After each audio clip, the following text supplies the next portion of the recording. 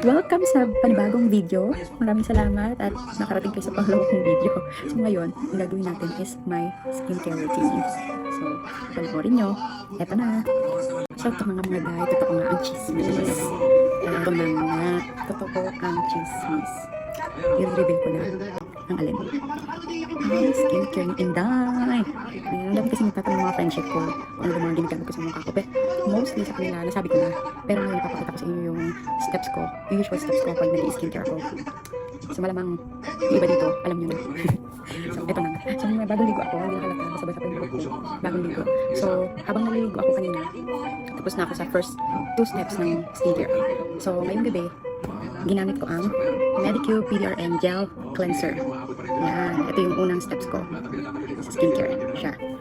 Maganda to kasi wala lang, maganda lang siya. Nakaka-glossy ng face. Yan, ganun, parang nagiging glass skin ka ng skin.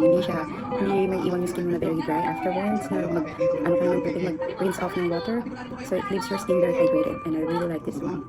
Tapos, yung second step ko after that is the foam cleanser. This is what I use tonight. Yung kojic acid turmeric foam cleanser. Maganda tong kojic cleanser kapag meron kang mga dark spots. Parang ganyan. Nagka-pimple kasi ako. So, nag-leave na mark. Kaya ngayon ginagamit ko talaga siya kasi gusto ko siya matanggal. Nahiyang ako sa Medicube. So, hindi niya nai-irritate yung skin ko. I really love this Korean brand, Medicube. Ever since na nag-start ako mag-skincare, like, yung talagang ritual ko na siya, like everyday. Medicube talaga, doon ako nag-start. Gumamit din ako ng ibang skincare, like yung, what you call this one? Yung Centella, ano to? Noon, pero parang hindi hiyang yung skin ko sa toner, sa serum. But anyway, I'm trying to introduce it again to my skin. Pero ang main brand na ginagamit ko is Medicube. So, since tapos na ako sa 2 steps, so first and second, now gagamit tayo nitong Centella for minimizing clay stick mask. So, ganito lang. Kaya apply lang natin. So, parang ganyan siya. Parang stick na. No, parang foundation stick ganyan. Tapos, i-apply mo lang na ganito. Ganyan. Tapos, ibababad mo lang ng 5 minutes. Then, you're gonna rinse it off with lukewarm water. Ganyan. Kalat mo lang dyan. Tapos, kailangan wala kang iiwang spot. Ako sa akin na ganyan ginagawa ko. So meron akong sinusundan na influencer sa skincare. Si Song of Skin, I don't know if you guys have seen her sa newsfeed sa Facebook or anywhere. Sikat siya actually. She has her own website for skincare. Nagbebenta rin siya ng mga skincare products. So, ginagamit ko ng mirror yung cellphone ko.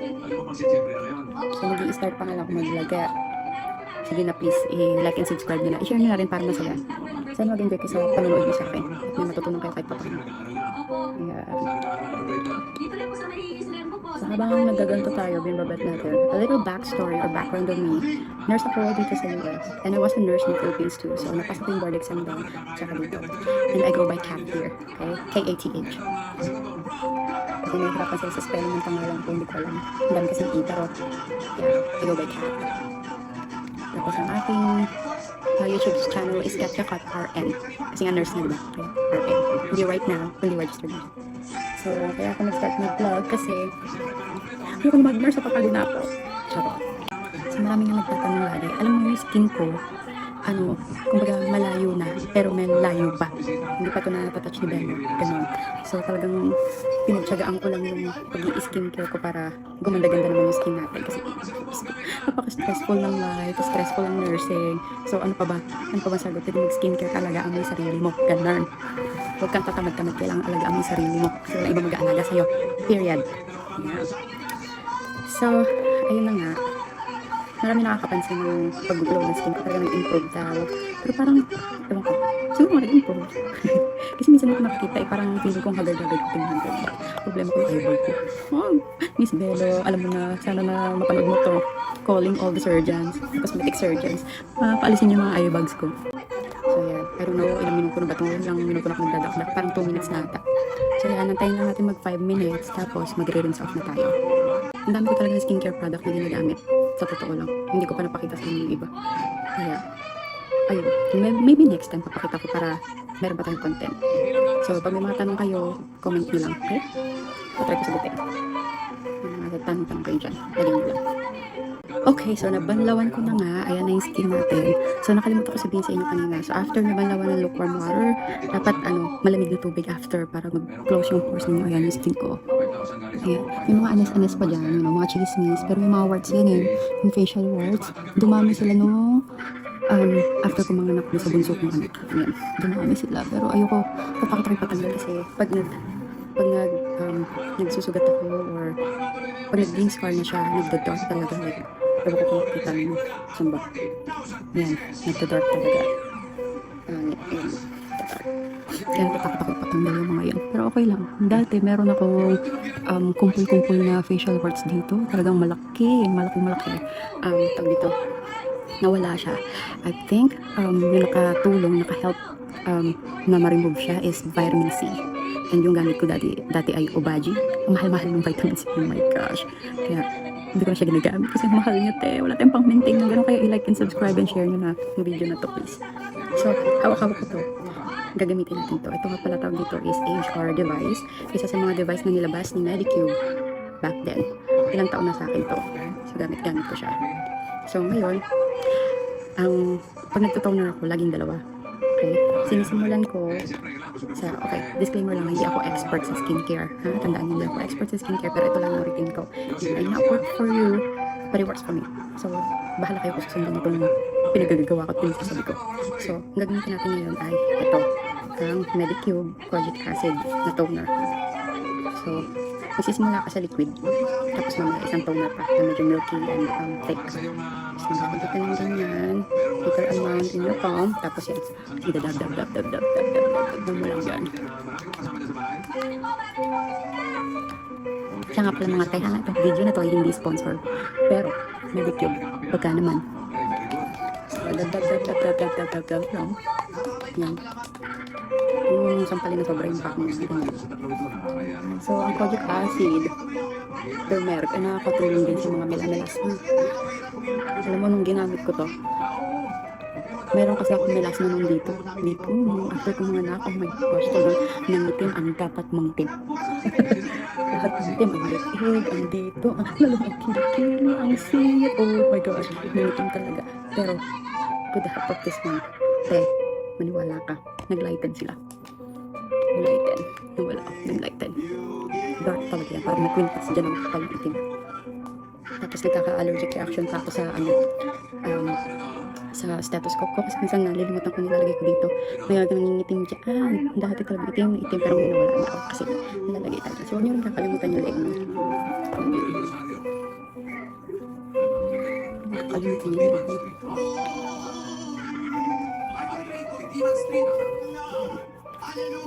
Tapos yung sa excess, iyan mo rin sa kamay na. Pagkatapos niyan, ito na. Nagamit tayo ng PDRN Pink Niacinamide Milk Toner. Yan. So, medyo thick ang consistency niya.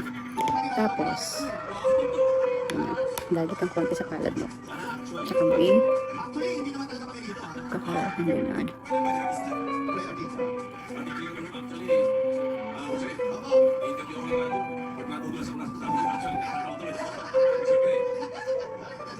So, noon, yung gilid ng mata ko dito, para siya may butlig-butlig na, parang yung chicken skin dito. Sa gilid-gilid ng mata ko ngayon, medyo wala na, nag-split na siya.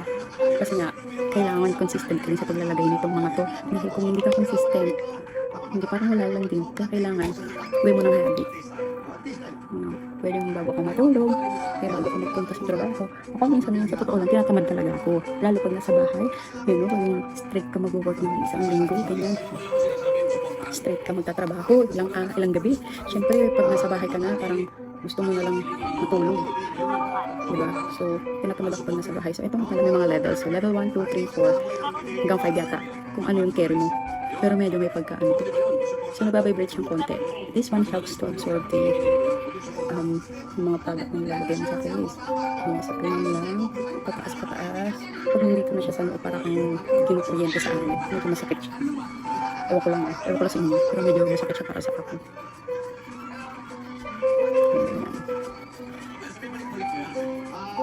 Pero kasi gusto ko level 5. Gusto ko yung maximum level para todo na to, ganun.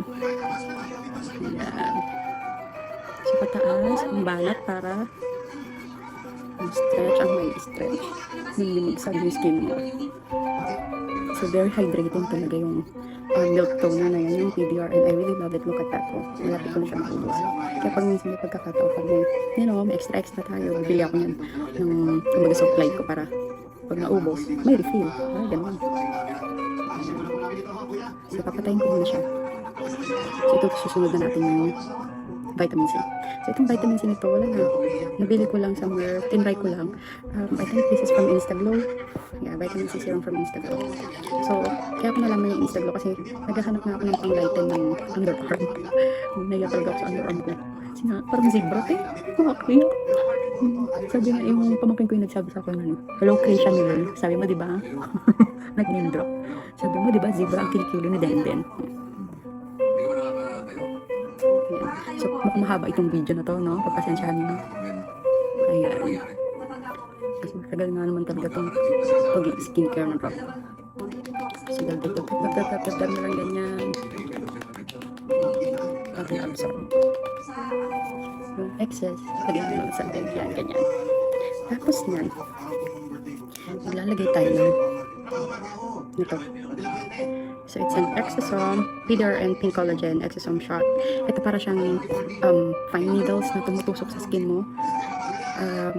Ito yung para sa collagen. Yun, magandang elasticity ng skin mo. Ganyan, no? Nagbabounce. So, lagay mo lang konti-konti dyan. Sa noo ko nilalagay yan. So, pang ilang step ito? Pang-4, pang-5?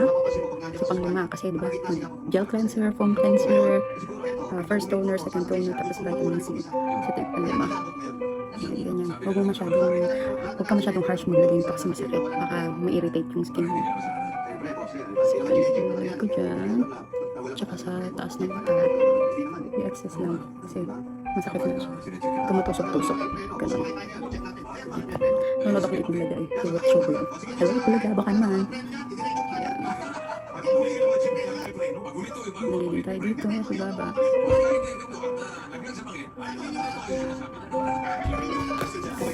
Pasensya na, medyo awkward talaga ako kasi syempre first time ko nag-ganito. Hindi pa ako sanay magsalita mag-isa. Yan, kasi sanay din ako magsalita mag-isa. Ayan, tapos antayin lang natin siyang mga tuyo absorb. So, nagamit tayo ng fan. This is G's Life. Ito yun lang. Kita mo na, di ba? Yung skin ko parang glass. Ay, kita mo na reflection mo sa noo.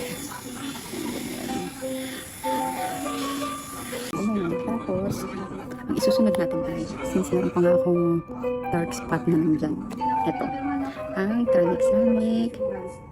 tranexamic acid. Yung Medicube. Ayan.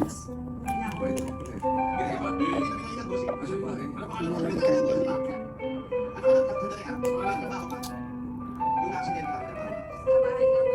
Lalagay mo lang ganyan. Hindi po ako ng regalo sa kasama.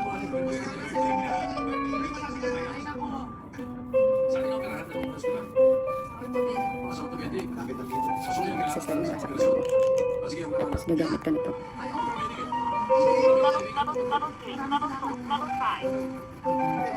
So, ang product. Ayan.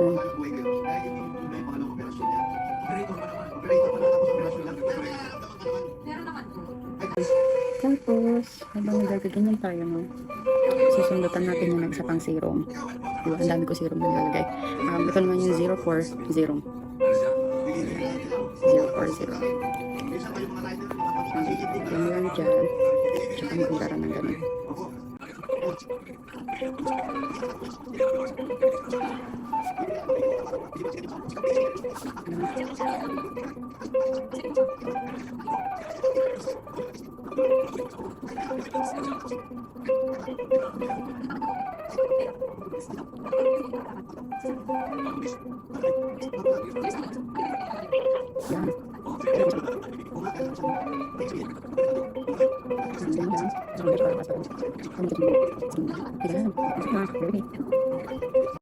Ilalagay din tayo sa noo. Kasi may mga pores din dyan, syempre.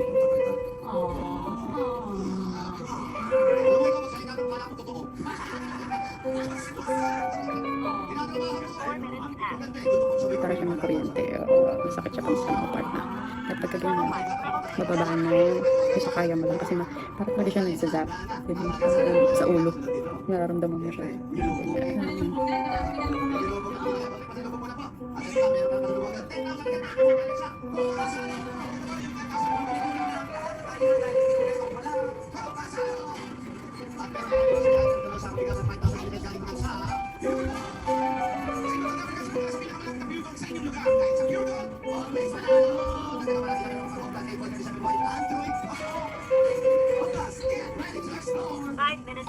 Ayan, so 5 minutes pass. So, may nagsasalitan din siya. Ito, ito mo lang yung konti. 8 minutes na. So, yan, feeling ko ito yun. So, pag naglalagay kayo ng mga serum in between yung waiting time, ang pagpapatuyo is 2 minutes ang recommended. Pero, syempre pag mamadali tayo, yung may lakad, kaya papasok sa work, pag-away-awayin na natin sila. Ganun. Kaya mo sila mag-away-away dyan. Gawin nila yung trabaho nila. Ganun. So, ito naman ay Wrinkle and Pore Tightening from Celimax. Celimax. Yan. So, binili ko to sa Amazon. Ingat kayo kasi may mga, ano siya, parang fake sa Amazon. Kaya, ilalagyan mo lang yan dyan sa mga lines. Kung nasaan ang mga wrinkles, mga mga deep lines yung ganyan, no? Yan. Ganyan. So, ilang buwan ko na din itong ginagamit. Parang last year pa ata. Nakailang ganito na. Ilang tube na rin ako nito. So, of course, gamitin natin ito. So, level 3 lang kasi sa noong muna. Ayan. So, massage mo lang ng ganyan. Ayan. Pag level 3, kasi sanay na ako ilang taong ko natin ginagamit yung 1 na ito, yung HR. So, sanay na ako. Level 3 is tolerable for me. Pero noong nag-start ako, oh my gosh, level 1 na. Hindi, masakit talaga. Para siya nagsazap sa ulo. Pero ngayon, level 3 kaya. Yakan-yakan. Kaya na. Pwede na. Parang wala na lang. Nararamdaman mo lang na ganyan. Actually, marami pa akong, may iba't ibang devices ako ng video. Gift ko yun sa sarili ko back in, I think 2020 pa ata. Yan. Dito. Ano lang.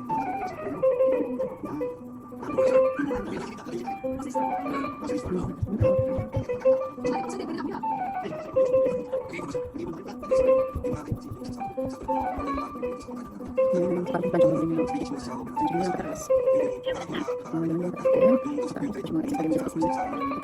Meron din silang device noon na meron din ako para siyang pang-plancha ng mga fan lines. Alam mo naman tamad tayo minsan. Pero hindi ko siya nagagamit na nakatabi. Pero pag sinipag talaga, sabi ko sa'yo, 3 hours na sa bathroom, i-skincare lang. Yan. So madalas mo yun parang hindi na ako nasa work. Ayun. Kasabangan nyo sa April may i-upload ako. Gala na. Maraming salamat.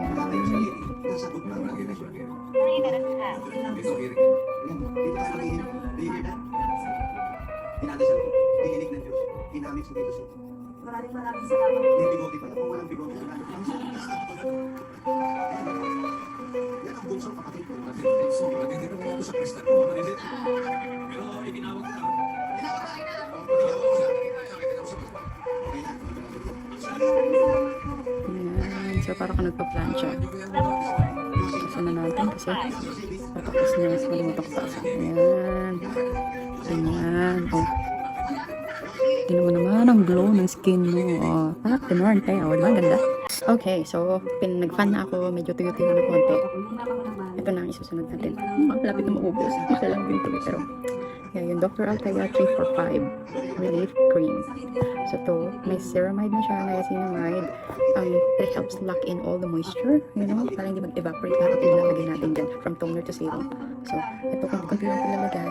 At nakaka-glass skin din siya, in fairness. Yan, ganyan lang. Lagay mo lang konti-konti. Lapit ko ng konti na lang kasi siya. Lapit na maubos. Ayan, ganyan. Tapos, we're gonna use this one again. Our HR wand. So, saan mo?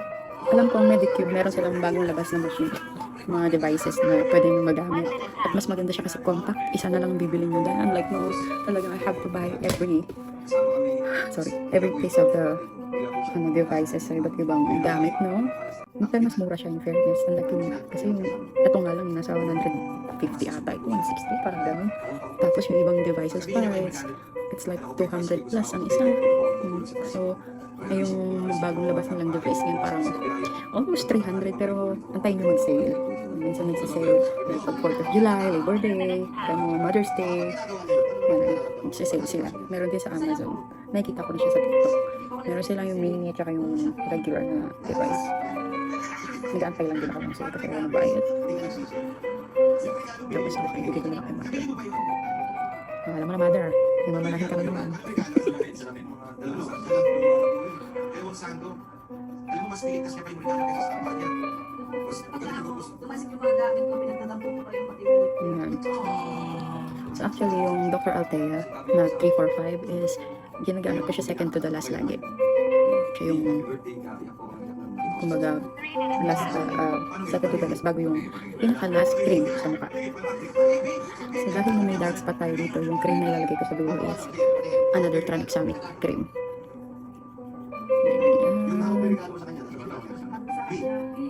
Diba? Ang ganda na.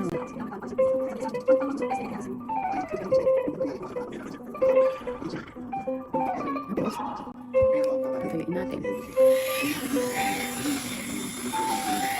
Okay, so ayan, napatuyo ko na nung fan ko. Tingnan mo naman, diba? Super hydrated. Super ganda. Diba? Ganda na skin, no? So, nung minsan, nagpunta ako sa OB, appointment ko, no? Ito lang, ito week lang. Mayroon akong mga kasama doon sa waiting area, no? Talaga napapadouble yung tingin sila sa akin. Siguro nagugulat sila sa skin ko na bakit ang glossy-glossy. Siguro sabi nila, pinahi dito sa mukha nito, parang ang oily-oily, pero hindi siya talaga oily. Ano siya? Tawag dito? Kasi nag-overnight mask ako noon, so night pa lang skincare na ako, no? So kung umagahan, ang mukha ko talagang glowing plus glass skin. Mukha siyang parang ang may something sa mukha, pero hindi, tuyo talaga siya, te. Dry siya. Dry yung consistency niya, pero glassy, yun ang I mean. Ewan ko sabi, ang gulo mo paliwanag din. Sana may natututunan kayo. Ayan. Mahirap lang ng ganito, nag-vlog ka na sa salita ko mag-isa. Pasensya, hindi pa ako sanay. Pero shout out sa Medicube, baka naman. Ayan. Ito nga pala yung gamit natin, no? Nakikita niyo ba? Medicube, tranexamic acid, capsule cream. So, naubos na. Lapit na ubos. Tingnan mo naman. Medicube, baka naman. Lapit na maubos yung supply. Wala na. Ubos na. Wala na pong bili. Baka naman, sponsoran mo na. Sige na. Papromote ko yung product niyo, promise. Ayan.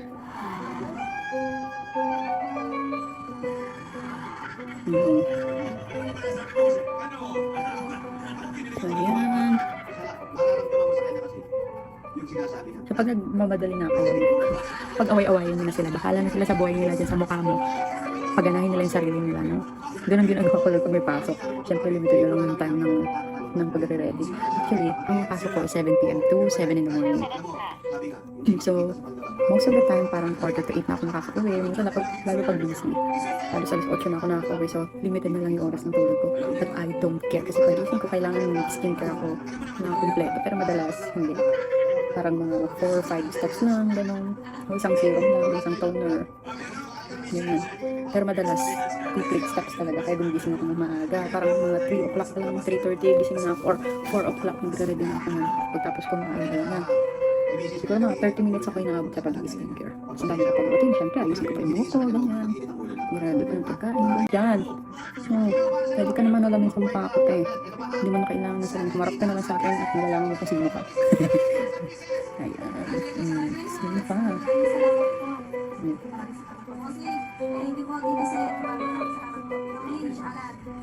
Diba? Ang ganda. Tingnan mo naman. Wala pa yung magic touch dyan ni Belo, tsaka ni Dr. Ivy, tsaka ni Dr. Yapi. Ha? Baka naman, mga doc. Alam nyo na. Sige nga, gawin nyo na yung mga gusto nyo gawin sa face ko. Pang lang. Para naman maging ganda na ako. Yan, o diba? Kala mo sa professional na vlogger, no? Yan. Kilipin niyo yung video ko ha, para makapag-upload pa tayo madami. So pag may mga tanong kayo, tanong nyo lang, hindi kayo hiya. I'll try to answer it.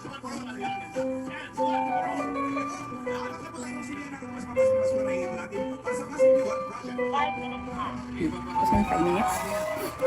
So yan. Upload na natin. Okay, so isa na lang. Bear with me. Ito na, last na to.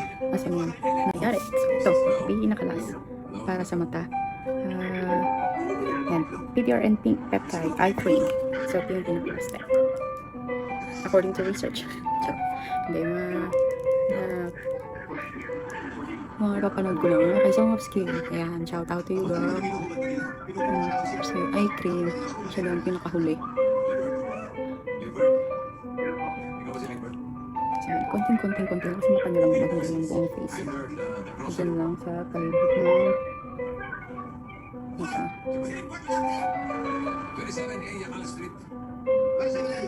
Ayan.